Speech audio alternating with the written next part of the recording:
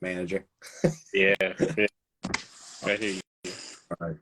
But yeah, man. All So right. So, I appreciate you inviting, asking me to do this and all that. So absolutely. This is I mean, one that's been requested, but for me personally, uh, something selfishly I've wanted to do just as a fan is to have you on here because me personally, I'm such a big fan. Not to gush, no, but thank you. yeah, absolutely, man. Um, you know, with everything that entails running a death metal gear page, you kind of run your gamut of a lot of like Morbid Angel trivia with gear and Cannibal and all the standards of that genre. So having something come along that is kind of a breath of fresh air as Primitive Man and Vermin Womb, where the songwriting structure is so you know opposite end of the spectrum. I mean, it's something that I kind of need as like a palate cleanser. But No, that's cool. I mean, I the bands that you mentioned all have really good tone. Cannibal Corpse is like the heaviest band I've ever seen.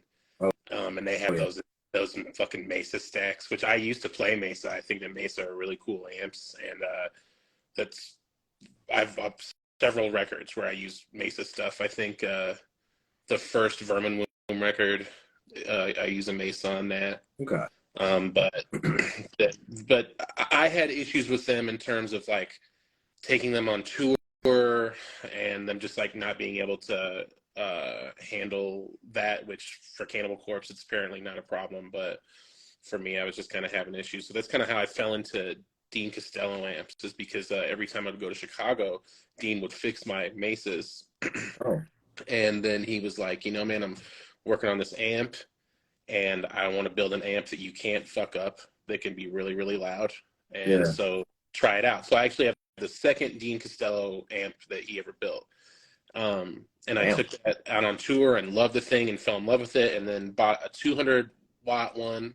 And now I use the 144-watt with Vermin Womb and the 200-watt with Primitive Man. And then in Primitive Man, I'll pair like an orange head with it. mm-hmm. And in Vermin Womb, I've done a thing where even though I'm only using like one full stack, I'll do the 144-watt Dean Costello with an orange TH100 Okay, also. So wow. But and you were also kind of a like a traditional like Gibson Les Paul kind of guy yeah, into the Mesa yeah, stuff too. yeah, man, I love Les Pauls. And I still own my Les Pauls and everything. But I wanted to try a Dunable out. I'd played on some ones and I thought that it was real sick. And all the dudes I knew that were playing on them had nothing but great things to say about them. So then I was fortunate enough to meet Sasha at like Psycho Las Vegas, and then Primitive Man kind of started talking to him. We picked up a couple of guitars, and I have not looked back since. I have 3 Dunables now that I use, and I like having the baritone scale too. Sure. That's another thing. But yeah, I still love Les Pauls, and if I were to like buy another guitar that wasn't like aluminum neck or like some other specialty shit, I would buy a Les Paul. Gotcha. So. I would say I'm sure with both bands the baritone scale versus the your standard Gibson scale makes an enormous difference. Yeah, man. It is a lot easier to play it with the longer scale. And I play on really thick strings too. So it's 17 to 74. Wow. So like just having the bigger guitar, and also I'm a bigger dude, having the bigger guitar feels a lot better for me and all this shit. I just didn't have the money to like get into baritone when I was younger. Sure. And just kind of been playing on Les Pauls, but yeah, I'll probably do baritones forever now. What pickup or pickups are you using in the Dunables now? Just the Bigfoot. Okay. Yeah.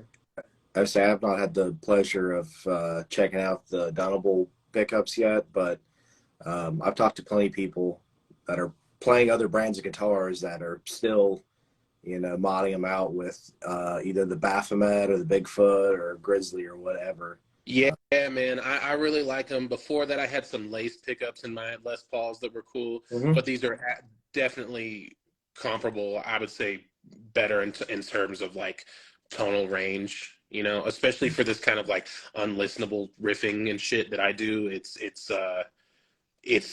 that by design, but I want you to hear certain details, and I'm able to do that kind of with those pickups and that setup. So. Okay. Going back to the Dean Costello amps, which they're kind of they're one of the couple of brands that I'm really seeing blow up more and more. Them along with, I'm sure you've been seeing like the past week, like the SNK VH300 stuff. I don't. Yeah, a little bit about that. Yeah, I saw just a little bit. But I've actually even been talking to buddies that were like, and I know I've brought it up to them before, and I guess they kind of dismissed me with the Dean Costello stuff. I'm like, dude, you got to check these guys out. And I think they dismissed it. Now they're seeing like guys like Taylor Young and more people pick these things up, and they're like, hey, have you heard of this brand? Like, yeah, dude, I told you about this months ago. You need to get on it. Like, yeah, and like missing out on local listings and stuff. How would you describe for people that are unfamiliar with them? Because there's not a lot of clips out there of them or anything. Did you say you've got to record with Dean Costello yet? I have. So anything after 2017 that I've done is Dean Costello. Okay. Okay. And like the last Vermin Womb record and the last Primitive Man EP but have Dean Costello on there for like a tonal example of how I'm doing it. But I'm sorry, what was your initial question? It was like, how would you kind of describe the overall character? Of the of the amp. Are yours the Heavy Metal Warfare, or I can't remember how many different models he makes? Yeah, so I have the Heavy Metal Warfare. So how would I describe his amp? Man, it's like, I feel like it's versatile in the sense that you could play any kind of extreme music with it. Really anything. Because for me, going from the different speeds, like it's such an extreme. Yeah. You think that it wouldn't work out, but with just like a couple of EQ changes, it's just fine. I would say that they're the heaviest amp that is out right now, which I know is like a really bold claim. Sure. But they're definitely the loudest. I would take the Pepsi challenge on that shit. There is not an amp that is louder than Dean's amps that keeps clarity and heaviness at the same time. Rourke from Cloud Rat uses that shit for grindcore too. That's another band I can think of that uses them. Dean plays in a band called Disrotted. It's like a doom band that uses them. I mean, if you kind of look around, there's a lot of different musicians that use them. I heard some shit about how one of the Deftones guys has one of his amps too. Huh. So, yeah, I mean, versatile. You can do anything you want in the heavy spectrum, but they are loud. Okay, so like if you're a person that needs really good cleans, or you need to if you need that, this might not be the best amp for you. I mean, you can get it to like a low dirty point, but you're never really going to get like a clean tone out of one of Dean's amps. Sure. And I think that with the Heavy Metal Warfare, but I think they're designed to be that. This is designed to be an amp for extreme music. So tonal, it has a whole rainbow, a whole gambit of everything you would want tonal wise. Sure. Very loud, very noisy, but diverse within that world. Right. I would say from what I've heard so far, I remember talking to Taylor about it. He described it as like a 5150, but way bigger sounding and way nastier. Which I could kind of hear that too a little bit, just because 5150 is just such a fits into any mold kind of a tone. I think it sounds closer to like a Soldano Avenger or something. Okay. I can kind of hear that too, I think. Just from like having to play on other amps in a festival setting and this kind of shit. I played through a Soldano like a few years ago, and it was definitely the closest thing in terms of backline I was able to find to Dean's amp. But even then, it lacked a bunch of the character or whatever, you know. But it was still, I think, like, I don't know, like, yeah, I mean, that's my opinion. But I could see why Taylor would say that, because again, I think it goes back to the idea that this amp can kind of do anything you need it to do. Sure. You know, so if he's EQing his shit with these things for years, and then he's going into these amps and he's EQing them to a setting that he likes, and he's finding that, but with like a little bit more. That's kind of a similar experience that I had when I went from like Mesa to Dean's amps. Right. I can see that. Especially like with the type of style of like bands that he produces and stuff like that. I could, you know, I could see him gravitating towards those kind of tones anyway. Yeah. If I remember right, I think Dean also makes another one, templates or something, that's just like a clean high headroom sort of thing too. Yeah, and see, I don't know anything about that because I don't play in a single band that needs that, so I haven't paid much attention to that part. So you are much more of an amp gain kind of guy. Like you probably don't supplement much as far as like dirt pedals, or do you like to stack any? Nah, man, I'm an amp gain guy. Yeah. I always have been, because initially it was like a thing of where, you know, I could buy an amp with distortion on it and I can like afford that, and I can buy the other effects and I don't have to worry about like, because, you know, picking distortion is difficult. You're switching this shit out constantly, stacking this stuff. There's like so many possibilities. It's insane to kind of try to build that tone. You know, it was an affordability thing at first, and then now I'm just like in the habit of using the amp gain. So I've never really been like a distortion pedal person for metal. I use them for noise, but not for metal at all. Sure. So. What are some of the highlights on your board? Some of the stuff that gets used the most? So I have an Earthquaker Devices Dispatch Master, which I use constantly. What else? I have a Freeze, and I can't remember who makes that right now off the top of my head. Harmonics? Yeah, that's it. I have a Freeze that I use a lot. I have an Avalanche Run by EQD that I use a lot. And that's kind of it right now for Primitive Man stuff. Vermin Womb doesn't use any effects. It's just distortion. Yeah. So. Do you are you still using the signature pedal that or is that mainly what your bass player uses? That that was mostly for John. That's John's signature pedal. I do use that thing in noise stuff though, and it's a sick ass pedal. Like I've used it to jam at home, like just writing riffs and stuff. It's cool, and I've seen other guys use that thing for guitar. And it's dope, but you know, as I was saying, it's just not really my thing to do the distortion pedals for the guitar. But yeah, I mean, I use it again for noise. You know, like distortion pedals are really cool for me for noise reasons. It's just, you know, it makes me think of I just saw it like within the last couple of days. Shit, what was it even? Simon Sludge had it. Screen Machine or something like that. It was a distortion and a reverb, and it was one of those that's specific. You can tell it's just for like droning, you know, noise kind of stuff too. Damn, I'll have to try to find that again. Yeah. Yeah, let me know what you're talking about. There's a distortion pedal really recently, man, that I wish I could like remember the name. There's this dude named Ted that's in this doom band from Ohio called Orphaned, and it's his pedal. And that thing sounds really fucking heavy. And I know that John played. Yeah, that's it. And I think that John from Primitive Man, he has this other band called Black Curse, and I think he might use that thing for Black Curse. That thing sounds really good. I actually wanted to try that out for myself. So that's one thing I've considered trying out, is that pedal. Yeah, it's like an HM2 that's been kind of modified to be a little bit more like a fuzz, right?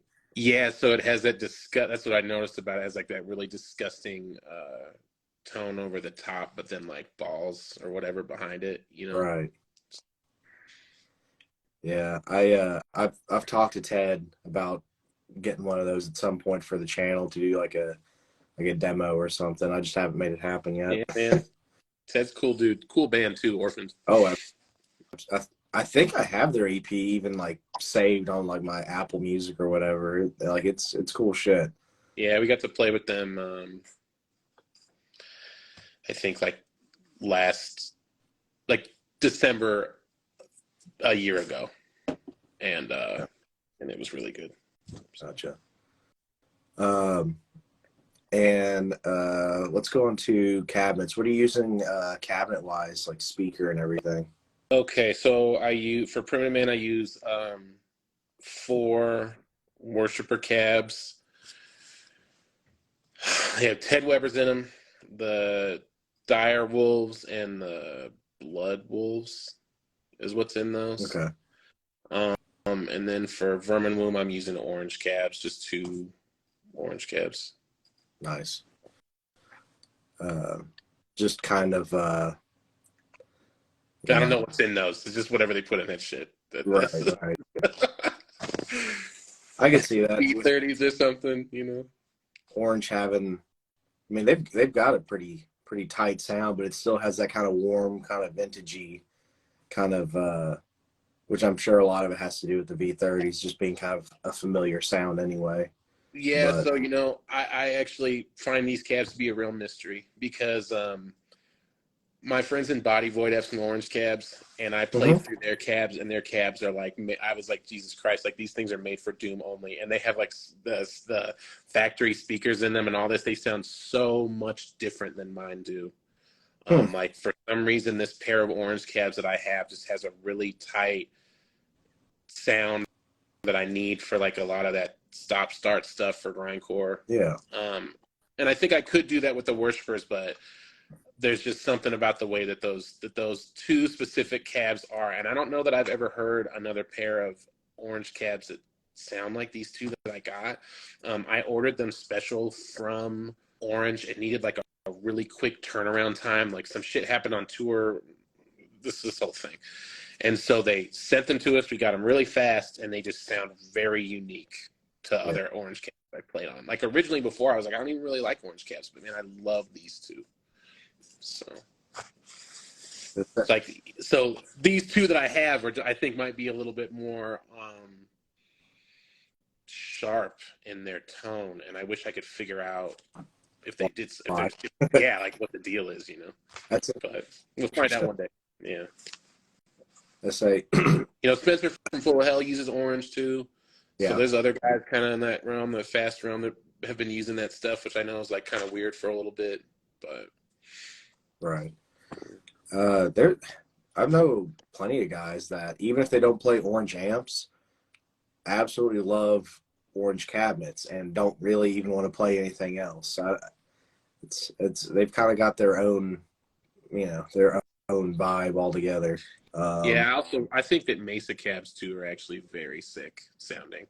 Yeah. Like, you know, a Mesa slant cab has an incredible sound. The oversized ones. Mm-hmm. So Mesa tends to over-engineer the shit out of their cabs. Like, what is it? They seal them tight and even like blow air into them, make sure they're airtight and everything else. That's thick. I didn't even know that. That's awesome. Oh yeah, they're the only ones I know of that do that kind of shit. And I've got one of the Marshall Mode 4 cabs, which was kind of like Marshall trying to keep up with like the popularity of the Mesa oversize. Mm-hmm. And it's got like the G12K 100s in it. So I mean, it's a beast of a cabinet. But I've heard so many shootouts and compared like cab IRs and stuff of like an oversized with this, and there's just like this like super kind of like tight, immediate kind of thing that the Mesa has, like, and just this tiny little extra bit of clarity that I don't think I've found in anything else. Yeah, I don't think I agree with you. I think that they are very unique in their sound that no one has been able to capture that. I agree with you on that for sure. Maybe it's because that air sealing or whatever you're talking about, though. That might be an extra trick. Yeah. When I found that out, I was like, wow, that's some like NASA level shit. Yeah, it's wild. But let me see. Let's see. I think we've covered a lot of the gamut as far as like your actual your setups go. What is a lot of the inspiration behind your tone for either band? Like, what's your mindset going into either one of it? Is just whatever the music kind of dictates the tone that follows, or do you go into it with, I really like the tone off of album A, B, or C, and really want to cop that shit, or maybe a bit of both? So I kind of build my tone off of like I want it to be listenable but not listenable, like understandable but not really. And the way that I like build a lot of the music that I write is like through subtle differences and like small tonal shifts within the music. And so I think that having like a really thick but overdriven tone that isn't necessarily, it's like I'm not trying to be like too muddy or too clear. I'm kind of trying to find this place in the middle, but maybe more towards the muddy side. Am I making sense? I think so. You like a thick, kind of going for a thick wall of sound. But I want my guitar to more so sound like a force of nature and less like a guitar. So like, you know, man, like I want to take the guitar and I want to take the idea of what it sounds like when like a building crumbles. There's a tone in that, and I want to take that tone and push it through that concept and push it through a guitar, because when something big like that crumbles, there's like a whole lot of frequencies within that sound. Yeah. So this is the idea, is for it to just be like overwhelming.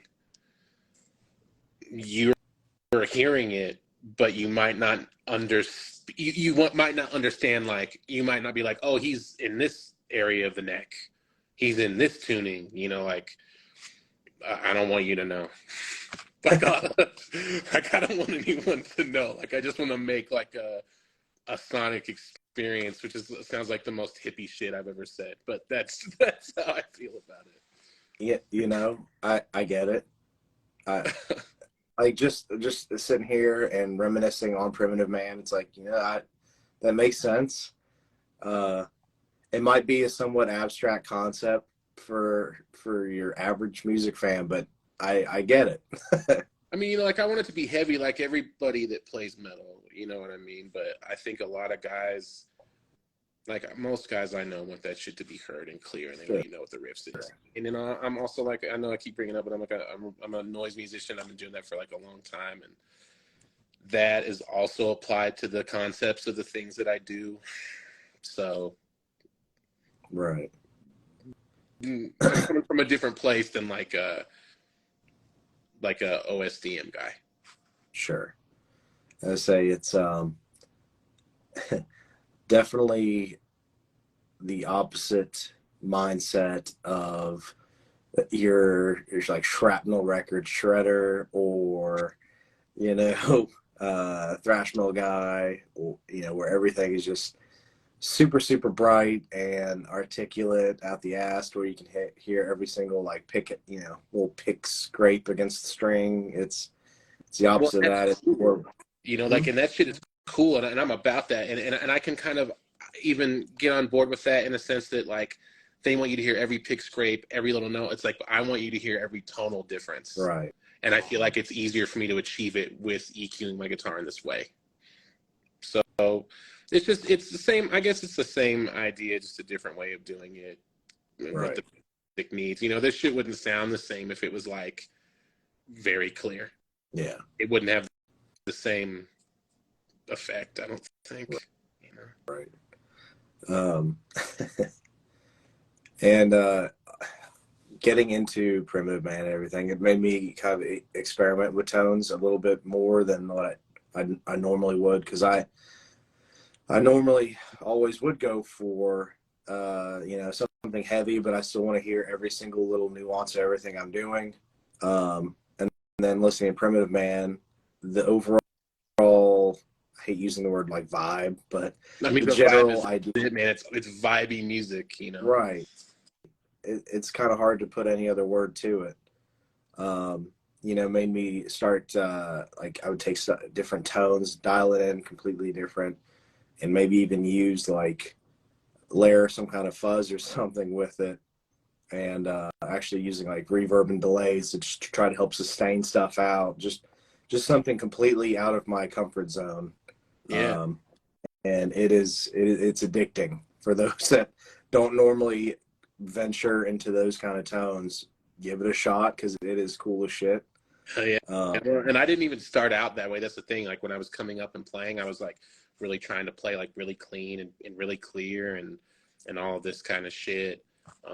But as got older, I wanted the music that makes me more extreme, and this is a way for me to kind of achieve that, and it became addicting for me too. Like I didn't really, I didn't want to go back after I kind of started doing it. Well, that serves as a decent transition to like, what was your early ventures into music kind of like when you first, like, what kind of got you started, like bands and everything else, and what progressed you into the trajectory that your music career has gone? So I've been playing the guitar since I was 8 years old. I had an older brother who was a big influence in my life. It's like a stepbrother. My mom met his dad when I was really young, and so I came up with him, and he was into bands and exposing me to shit really young, like like Slayer and Exodus and all this stuff, like very young in the 80s. And I have always liked metal because I had this influence, and started playing guitar really young, like an acoustic guitar. And then I was playing in bars when I was like 16 years old, and I just never looked back. I've just been playing my whole life, trying to do this shit. And Primitive Man has taken up 10 years of my life. 8 years in Vermin Womb now, I think. Before that, I was in a band called Clinging to the Trees of Forest Fire for 10 years. So, that's 20 years of time. And then just, little kid stuff before that, like trying to get shit together with my little friends in school. And I had like a friend in elementary who played the drums. We would try to play like funny death metal songs and shit. Like the first songs I could tell you the first songs I ever covered were that Deicide song, When Satan Rules His World, and Desperate Cry by Sepultura. Man, so I just kind of been doing this forever, and was just fortunate enough to have an older brother that kind of set me on this path. He doesn't even listen to metal anymore, which is the funniest part of this shit. So, man, been doing it forever, doing it my whole life. When you were playing those like early teenage gigs, were you guys like doing covers or original music, or? So we would play like 3-4 covers, and then a couple original songs that were shitty, and then and then bands would break up, and then I started playing bass in like older dudes bands. That's how I was playing in bars, because my brother, my older brother, I was like going to fucking hardcore shows and metal shows since I was like 12 or something. So meeting older guys and knowing these older guys, and like getting old enough, and I got a car now, and then they're like, oh well, whatever, little guy, you want to come play bass in our fucking band? And so then I'm just like playing in bands with these older dudes, and then eventually I am of drinking age, and my friends are of drinking age, and then we're starting bands. And then I started Clinging, I think I was 22, or 21 or something like that. Oh, So yeah. What yeah. I sat in with Catheter. Someone mentioned that. I played bass in Catheter once Oh, nice. for a European tour. Hell yeah. Yeah. What tends to be kind of your inspiration with either band? Like, what's your overall mentality, and like what goes into sitting down for and writing either Primitive Man or Vermin Womb?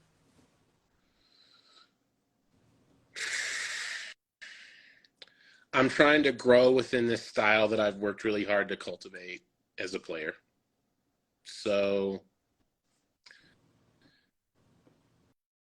I guess I'm just always trying to write better songs and grow and be more creative and still stay gnarly but be thoughtful at the same time, you know. And any of the music that I'm listening to at the time, I'll kind of draw inspiration from, whether it's like arrangement ideas or whatever, this kind of shit. I take inspiration from like a lot of places, not just metal. But really, man, you know, when we're going to write these songs, the other four people that are involved between the two projects, like, we are really just kind of trying to do better than last time and just expand on this idea, you know, whatever that looks like. Sure. Just a constant kind of evolution. Yeah, Primitive Man too, like, we do a lot of jamming, so we'll have like an initial idea and then we'll just start riffing on that shit, and someone will try something and we'll kind of try to riff off of that. There's a lot of that that's happening over there. With Vermin Womb, I'll bring a couple of riffs, we'll sit there and play them and try different beats and other things that'll work, and talk about arrangement together, and like, it's very collaborative, like between the two, you know. Like, I may have a riff or whatever that I bring there, but those other guys are essential to helping me pull it together. Yeah. What are some goals that you have for yourself, whether it's goals for your bands or for you personally and your growth and journey as a musician? I just want people to keep coming and see us. Yeah. I just want to keep putting out honest records that I can stand behind, and just hope that the crowds keep coming, whatever that looks like. I know what I play, so I don't expect it to be like, I'm never going to be in Slayer. You know, I fucking know that. Yeah. So, you know, man, I don't know if I can just have like live a nice life in somewhere between the 250 and 500 capacity room, I'll be just fine. Kind of on that note, that there was one thing that I have been meaning to work into this conversation long, you know, pretty much since we booked this. Okay. Kind of in preparation for this, I stumbled across I don't know if you call it a panel discussion, but the kind of debate video that you did with like Jordan Olds with 2 Minutes Late Night, and had Doc Coyle from Bad Wolves on there, and it was about mainstream metal versus underground. Mm-hmm. And which I found thoroughly entertaining. For anyone that hasn't seen that, go check it out. It's a fun little video. But you have a confidence in, like, I know what I play, I know what I like, this is my wheelhouse, and it, I don't know, something about that was really, I don't know, just really cool to me. And I'm like, you know what, yeah. And it kind of made me even get a little introspective with myself, because I've kind of dabbled in a little bit of everything guitar wise, but like almost like a jack of all trades, master of none kind of thing. Mm-hmm. So it's like it kind of made me had to sit and think and double down a little bit on my strengths, and it's like weaknesses. It's like, yeah, whatever. I don't have to be a great country picker or anything like like that. It's fun to mess around with, but I don't need to do that. I know what I know what I like. I know what my main shit is. Um, um, that, that being said, I found that whole discussion so entertaining that there's people out there that it felt like two different conversations going on at the same time. Mm-hmm. And I Well, I felt like they just wanted to have someone be a maniac about heavy yeah, music. yeah, So kind of the whole idea. I felt like it was provocative on purpose. sure. Like, how the fuck are you gonna come to me and ask me why I don't like shit like that? Like, you're gonna come and tell me that you don't. You're gonna come to this guy and say some shit to me about how, like, you don't like feedback in songs. Like, what do you think I'm gonna say to you? You know what I mean? It's ridiculous. I like all those people over there, but Jesus Christ, man. You know? No, I'm sure that was 100% the intent of the video and of trying to get that content. And like, I mean, I remember listening to a shit ton of God Forbid, Once Upon a Time. So I think Doc is like a really cool dude, and he's certainly good in his wheelhouse, you know. Yeah, I'm not. That's the Um, thing. He's a good musician. It's not like I don't respect any of these sure, people that do it, but that doesn't mean that I have to sit there because I'm being interviewed and tell you that I like it. I yeah, don't have to like it. yeah. You know.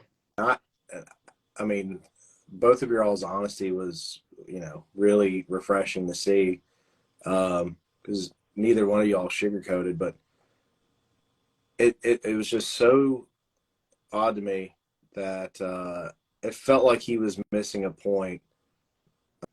Um, now and it's one of those things I'm kind of like struggling to even really put a thumb on it, but it's like he he was kind of stuck in, and I've met guys like that. I have friends like that that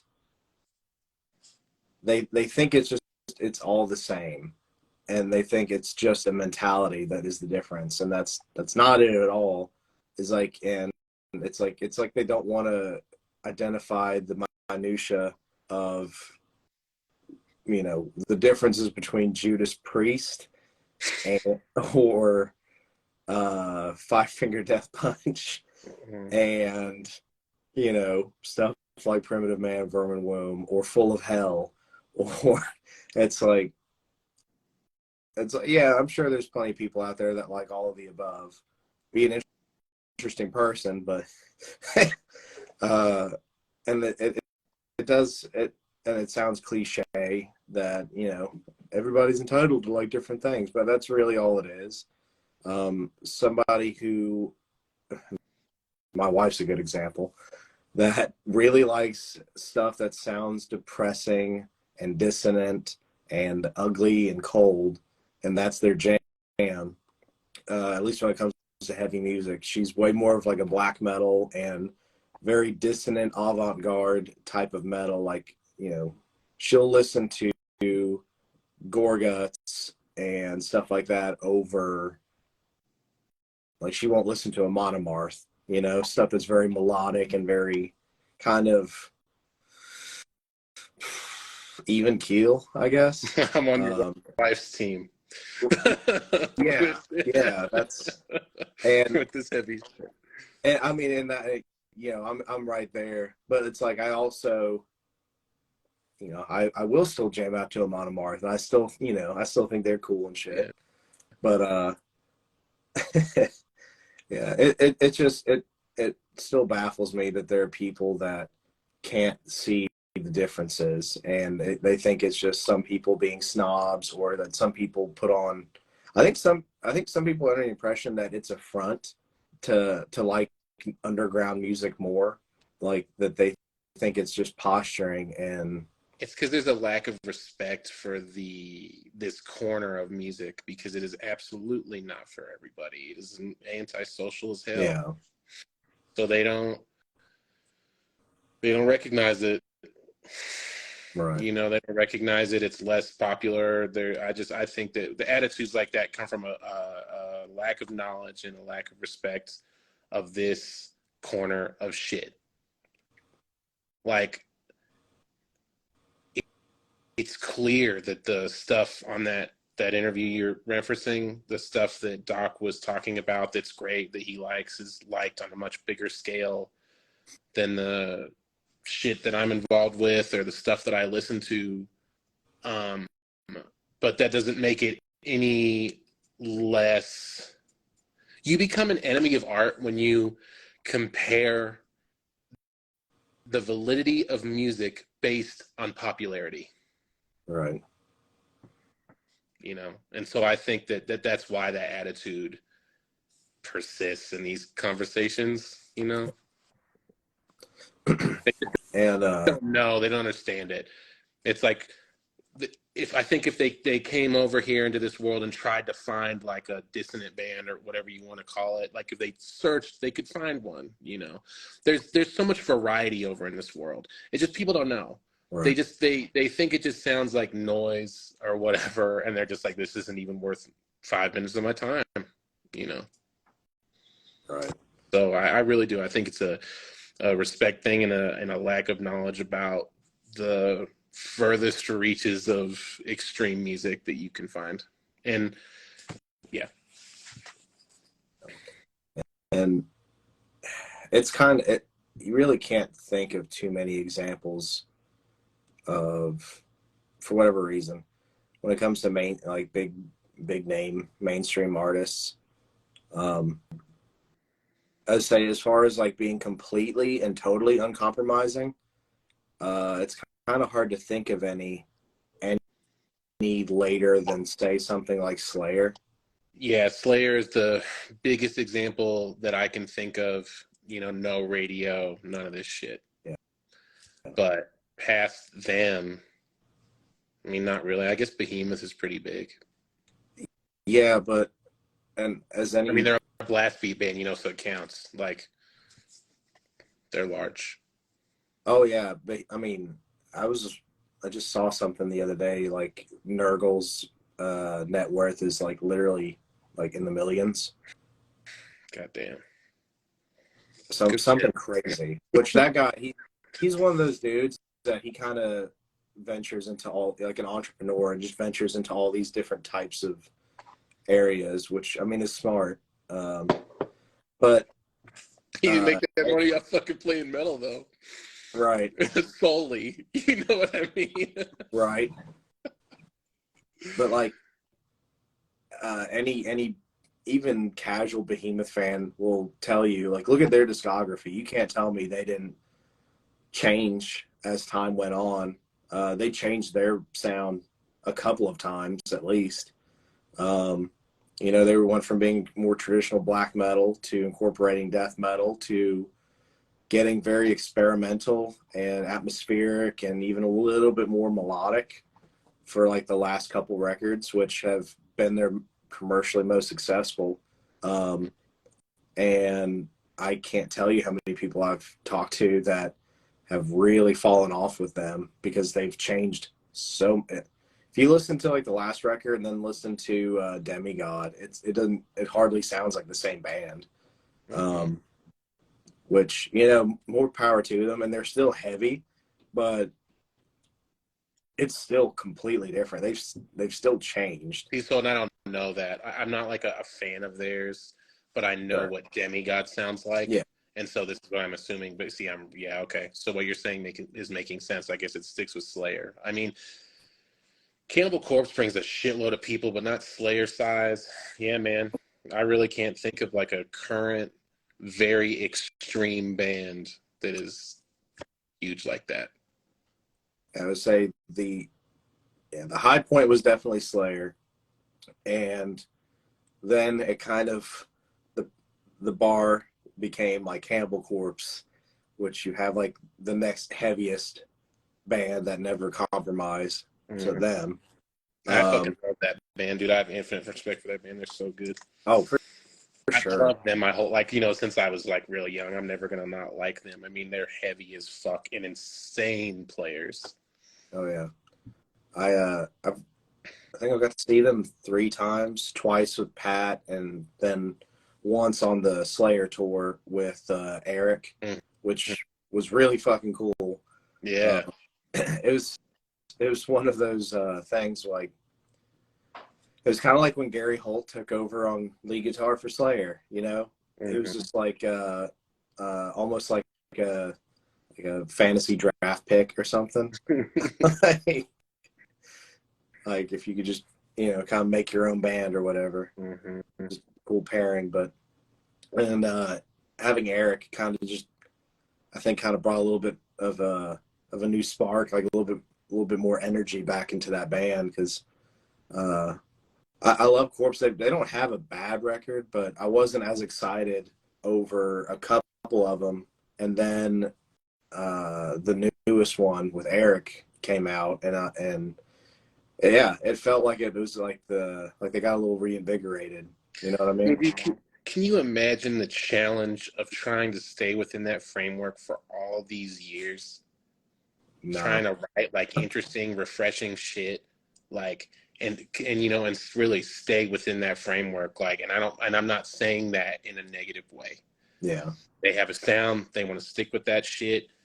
I mean, I can't even imagine how hard it would be to write fresh, good songs after all that time. So more power to them for keeping it going. I see.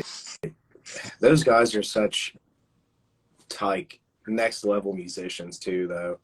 Like, like I've watched videos of them in the studio, and like they're music nerds. Like they'll sit there and they're like nerding out over different kinds of like exotic scales.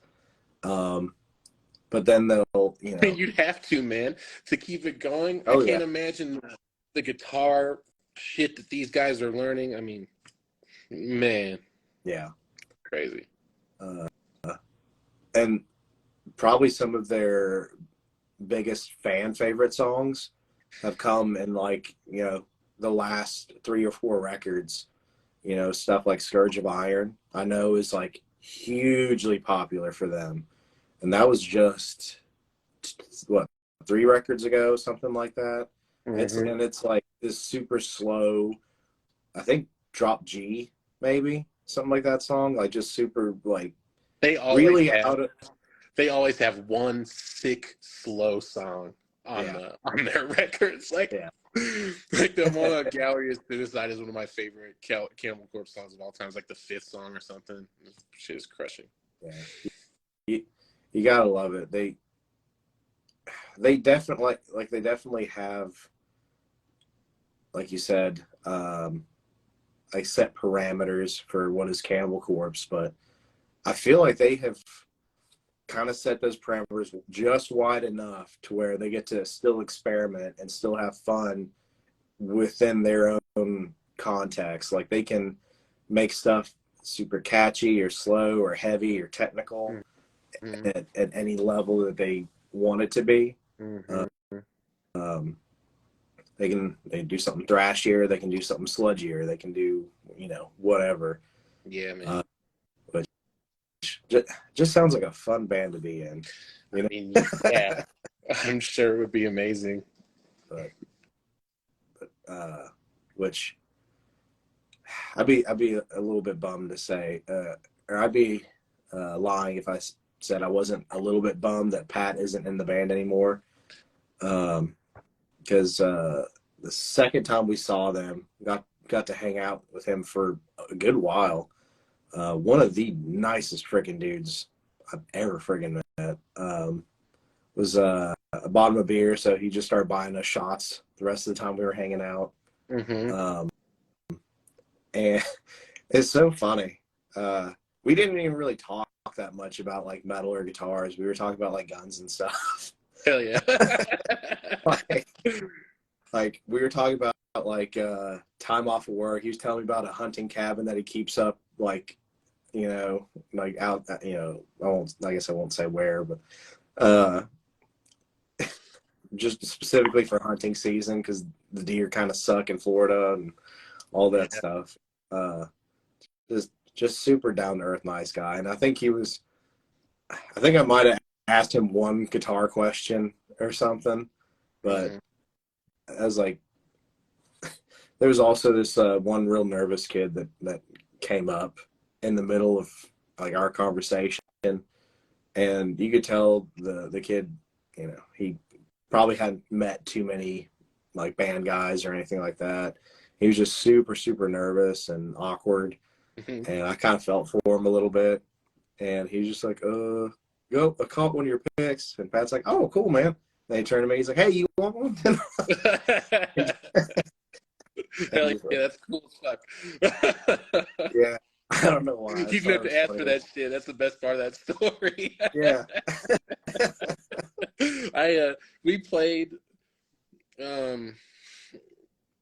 We played Psycho Las Vegas 2 years ago, and we played like on the same stage as Cannibal Corpse, and I couldn't talk to any of them. I was too nervous, so I said nothing, and I just sat there and smoked my weed and didn't say a word to them, and then that was that. But I wish I would have said something. But hopefully I'll get to see those guys again. They're such a sick ass band.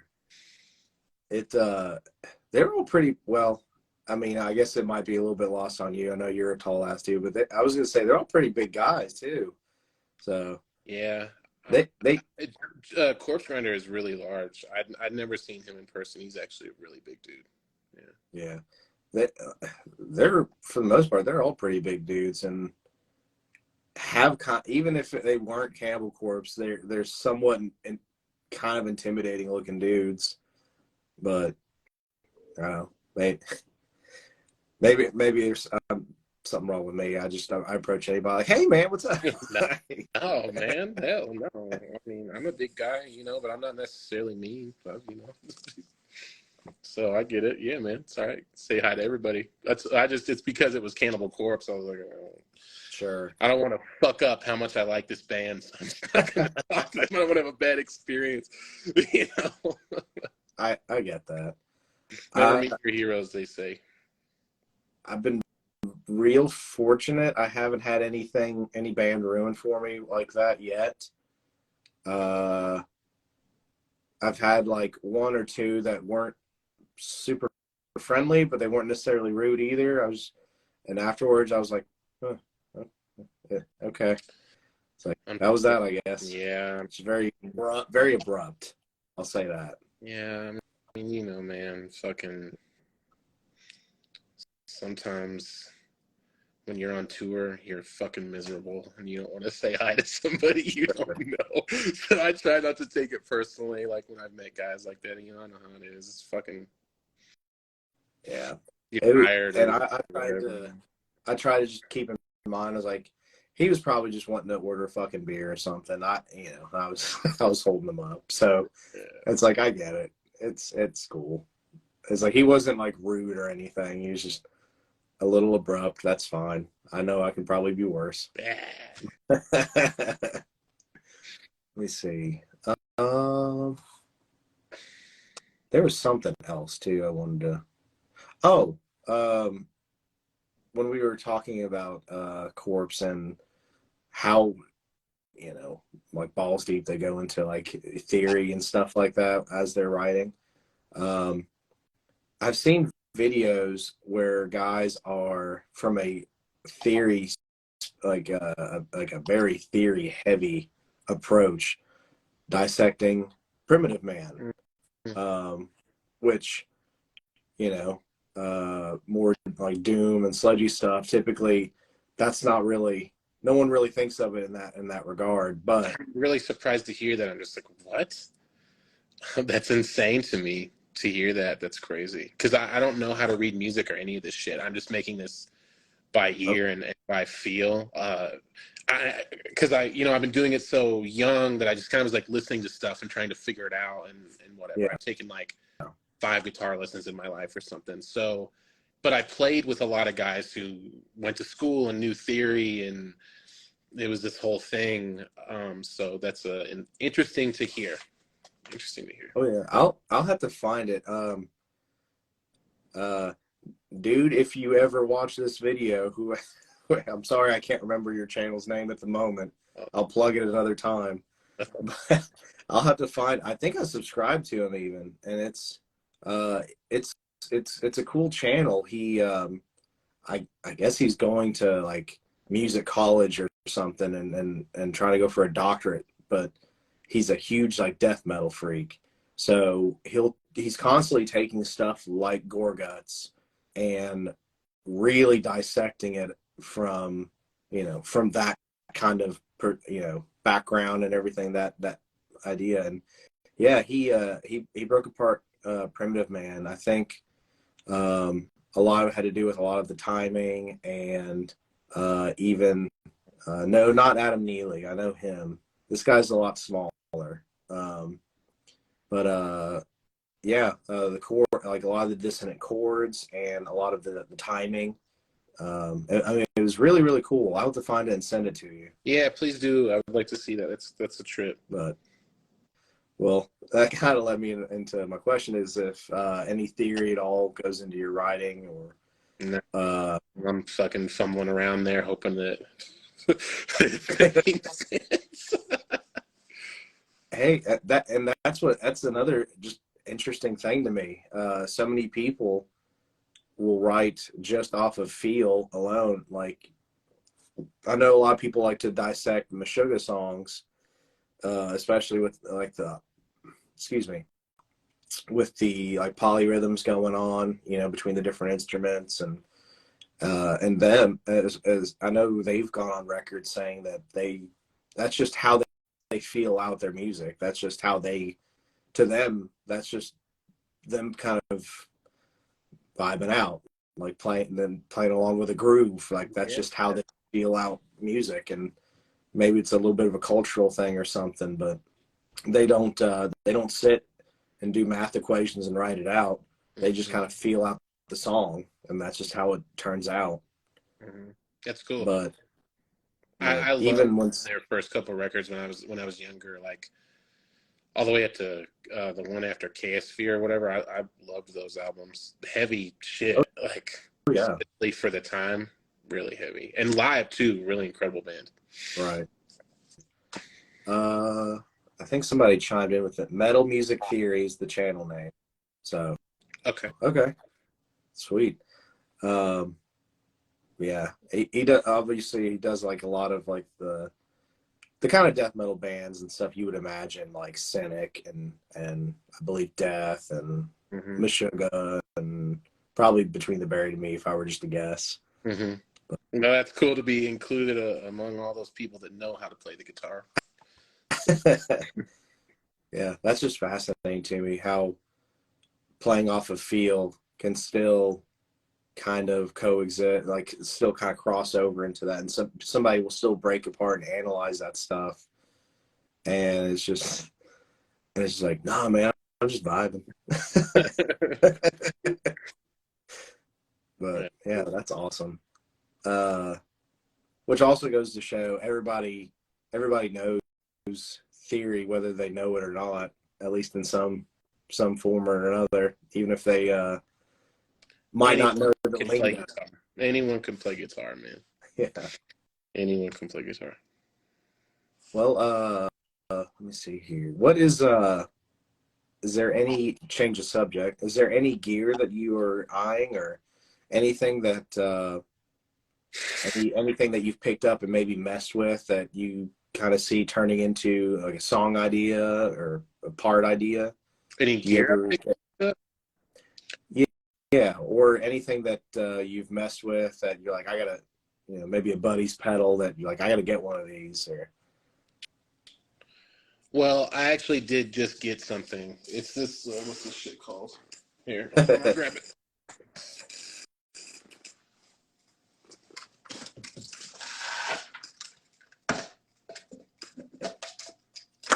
All right, so it's this Empress Reverb. Oh, okay. Yeah, so I don't know. I've been messing around with this thing. JP from Vermin Womb plays guitar in a band called Bleak Heart, and he was using that shit for that band. But then he thought it was too much for him or whatever, and he's like, "Do you want to try this out?" So I was like, "Yeah, I'll take it." And I was using it for noise stuff, but I'm really considering putting it on my board for Primitive Man because it has a lot of insane options, and we're kind of like doing some different stuff. And so, yeah, sick pedal. That's awesome. I'm familiar with that brand. I haven't seen that particular pedal yet. That's cool. Yeah, man, it's very cool. We picked it up at, I think, Control Voltage in Portland, Oregon, which is like a modular synth store. Okay. Going in there looking at noise shit, but right. He picked the pedal there. That's sick. All the Empress stuff that I've come across always seems like option paralysis in a pedal. Like yeah, there's a lot of options. Yeah. Yeah. Trumped only maybe by Chase Bliss Audio stuff. Their stuff, I kind of get lost. I'm not familiar with their stuff, man, at all. I actually haven't heard of them. Yeah, I'll have to check that out. Chase Bliss. Oh man, their stuff is like next level. The last pedal of theirs I got to mess with was a delay called the Tonal Recall. Mm-hmm. And it's definitely one that you could just sit there and kind of get lost messing with for like hours on end. Mm-hmm. Pretty expensive, and they're normally like pretty like standard pedal housing shapes. It's not like this big Strymon stuff or nothing like that. Mm-hmm. Pretty expensive controls on the unit, and then there's like a bunch of dip switches on the side that you can tweak it even more. Mm-hmm. With like MIDI options and just all kinds of crazy stuff packed in. But yeah, definitely. And they just keep putting out stuff. They had one, I don't know, you might have seen it floating around. They had a couple of these pedals come out that have like all these like faders, like little slider fader things on them. Mm-hmm. I can't remember what the names of those were. It sounded like a serial number, but sounds cool for studio stuff and that kind of thing. It was I guess you could call it a drive of some sort, but it's like it can be anywhere from a compressor to just an EQ to an overdrive, and if you dial in it right, it can even turn into like a germanium fuzz. Okay. It was pretty versatile stuff, and you could save presets that as you're toggling the faders, they're all motorized, so almost like like a nice console or something. But it's like I want to say it's like an $800 or $900 pedal or something crazy. Hey, right? All right. Someday. Right. Yeah. It was pretty nutty. But people that have them really like them. I mean, I don't doubt it. You better fucking like it after $800. Yeah. I say it's best pedal you ever had. I would say I think the most I've sunk into one is maybe $200, maybe $250. I've spent $500 on a pedal before. I've done it. It's this fucking this. Here, hold on. All right.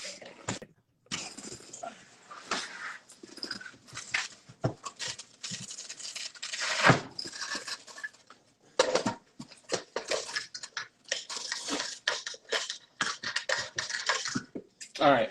So this microcosm, which I'm using for a ton of noise shit and soundscape shit, this thing is insane. So I think I paid near $500 for this fucking thing. Wow. But I like it a lot. So it was worth it. I've seen a lot of guys, especially like a lot of prog guys really getting into those, and they seem like they can do anything under the sun. So, somebody described it as one of those pedals that you just keep messing around with till you find a cool sound and then just kind of save it and roll with it. Like lots of cool like sci-fi noises and stuff like that. Yeah, man. I mean, it is really good for soundscape stuff. I actually have like a lot of my noise shit here or whatever. I wasn't planning on showing you any of that, but that's cool that you asked. So yeah, cool shit. I was like gonna try to rush down to the Primitive Man space in case you wanted to ask me about any of the gear there, but that's just like 45 minutes away. So all right, That's fine. I don't have anything, anything that we haven't already talked about. Sure. For a series that I've called Rig Chat, I've actually had a surprisingly very few guests on here where we actually got to like see their stuff. It was mostly just talking about it. Well, I watched some of the interviews, before this. I watched some of the interviews of some of my friends, and I saw that their lazy asses didn't have their gear there. So I said, all right, well, I don't have to do it either. Oh, yeah. It's good enough as it is. Which, by the way, thank you for checking some of them out. Yeah. Any views help. Of course. Thank you for doing it. Somebody did ask like what your noise setup is, but I kind of figured it might be pretty expansive. Death metal people don't care about that shit. I was to say, I think I've seen one genuine like noise band live, and it was like opening up for Melvins. Cool. You know who it was? I can't remember. It was several years ago, and they didn't talk at all. So I was like, I don't know who they are. Like, hell yeah, my favorite. Right. I don't know, man. There's a lot of variety in that stuff. It's definitely the most alienating music available, but there's a lot of variety in there, and I would encourage you to take a journey and try to find some that you could like, because it's not all just HM2 and vocals, What doesn't Dwid Hillian from Integrity, doesn't he have a noise project? Yeah, Psy Warfare is what that is called. Okay, I was thinking Psy Warfare. That's why I couldn't find it. I think I was typing in Psychic Warfare. Yeah. Or something, but okay.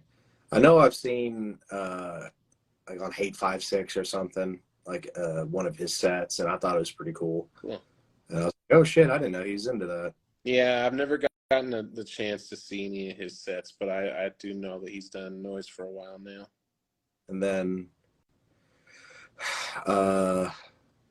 I know Scott Kelly from Neurosis had a thing with, fuck is his name? He was a producer, and god damn it, it's this one dude who does like a lot of keyboard and synth and noise. Parker. Yes, thank you. Yeah, they did that.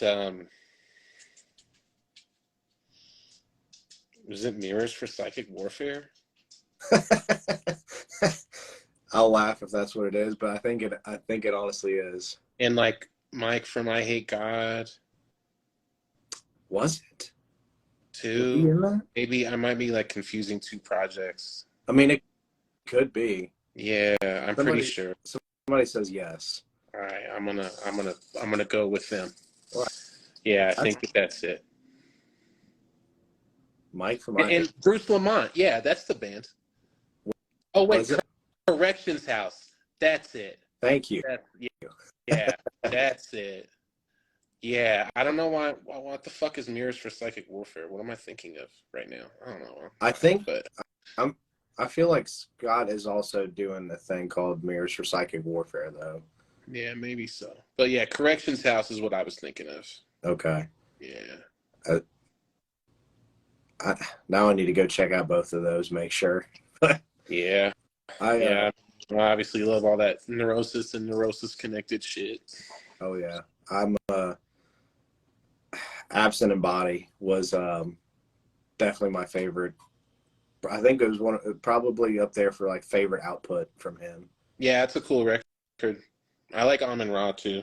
So oh yeah. I was like stoked with everyone who was involved with that, Oh, that's cool. Yeah. Which when it comes to like kind of slower, I guess a little bit doomier kind of stuff, I'm a huge sucker for the kind of stuff that teeters on industrial and doom, kind of like Monotheist era Celtic Frost and like Triptychon and shit like that. I fucking love Triptychon, dude. I listen to Triptychon like once a week. It's like one of my favorite bands. That's good. Fucking good. Yeah. Let me see. Mirrors is Scott and Sanford only. I think that's the one we were thinking All of. right, so I was partially correct. Yeah, I that's mean, it. and that dude has so many projects. It's kind of hard to keep them all straight. Yeah. But let me see. Well, I think we kind of already covered that question too. So man, I think we pretty much ran through my my little cheat sheet here, except for my closer, and that is top 4 death metal bands and or albums. Fuck, dude. 4 is such a low number. Okay. All the disembowelment records. Okay. Well, because that's a complicated question with them to include them, because Yeah. that stuff came out separately, but then it came out together, and I only know it as it coming out together. Like, that's how I was introduced to them or whatever. Sure. So disembowelment, Vile, Cannibal Corpse. And yeah, and it's hard for me to pick Vile, because I like Barnes era Cannibal Corpse too, but I feel like Vile was just such an insane. I know this is like the Cannibal Corpse episode, but it's like just jumped up in terms of everything for that record. So that's why I picked that one. Impetuous Ritual's first record, I feel like that when that shit came out, man, it was like, it is incredible.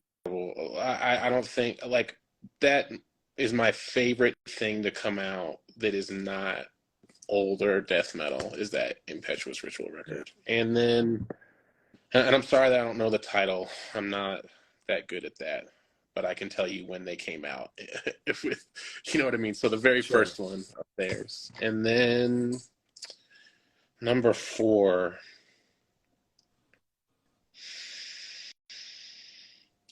Probably Covenant from Morbid Angel. That's like a real important record to me, and got me trying to play a certain way and stuff. And he had like the 7-string and in the 90s and shit that was insane, so probably that record too. I'd say that's my 4. I'd say Covenant's definitely probably, well, I guess it's kind of a mood thing, but Covenant's, I like Covenant the most, because to me Covenant is the mix between the early Morbid Sure. Angel and what is coming with Domination and stuff. Yeah. Covenant is like the blend, and Rapture is the sickest fucking song ever. Oh yeah. That shit is crazy, bro. That whole song is crazy. It is. It still has plenty of their experimental weirdness in it too. Yeah, it's insane. God of Emptiness is a psychotic song. It is such a weird fucking song in the best way possible. And for the time, yeah, like, crazy. And who can ever forget Beavis and Butthead's review of it? Of course. I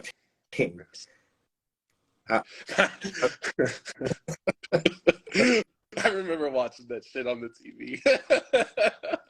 Like, every now and then I'll go on YouTube and literally just look up the Beavis and Butthead, like all the metal videos and stuff like that, like especially the like death metal stuff. Like, I mean, dude, the Crowbar one is on here is the best. Oh yeah, the Crowbar one is incredible.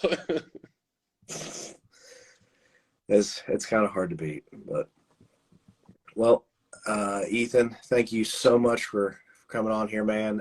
As a fan, it's been a pleasure to kind of pick your brain on a lot of this stuff. Oh man, thank you for asking me. I appreciate you giving a shit. So, thanks. Absolutely, man. And I'll have to try to find that Metal Music Theory video and send it your way. Yeah, please do. I would love to see that. That blows my mind. It's crazy. Before we go, is there anything you want to plug? Anything? I say, I think you guys are kind of in that awkward in between phase. I don't know if you've got anything necessarily coming out at the moment, but no. Primitive Man's going on tour with Full of Hell, Acacia Strain, and Fit for an Autopsy March and April, and it's a full US. So come see us, because that's an interesting tour for us to be on. Yes, And it is. I'm pumped. I mean that in like a really positive way. I'm excited to like, dude, Primitive Man loves to play with all sorts of shit. Like, Yeah. I will play with all sorts of shit on the heavy end of the spectrum. So we're really pumped about that. Other than that, man, I really don't have a whole lot going on with the two bands. The Vermin Womb record came out last September. Primitive Man put out that EP, so no new releases really coming. Just a little bit of touring, and that's it. So. Hell yeah. Well, I know I'm hoping to catch you here at some point, maybe at one of the Ohio dates or something for an autopsy and all that. Yeah, I'm pretty sure that we're coming through. Holler at me if you're going to come. Absolutely, man. Cool. But it's been an absolute pleasure, and thank you everybody for tuning in. Yeah. Go listen to Primitive Man. Go get ugly. Listen to some building collapsing riffs and tones and just absolute underground nastiness. Oh, man. Thank you for taking the time. Absolutely, man. You have a great day. You too. Take care.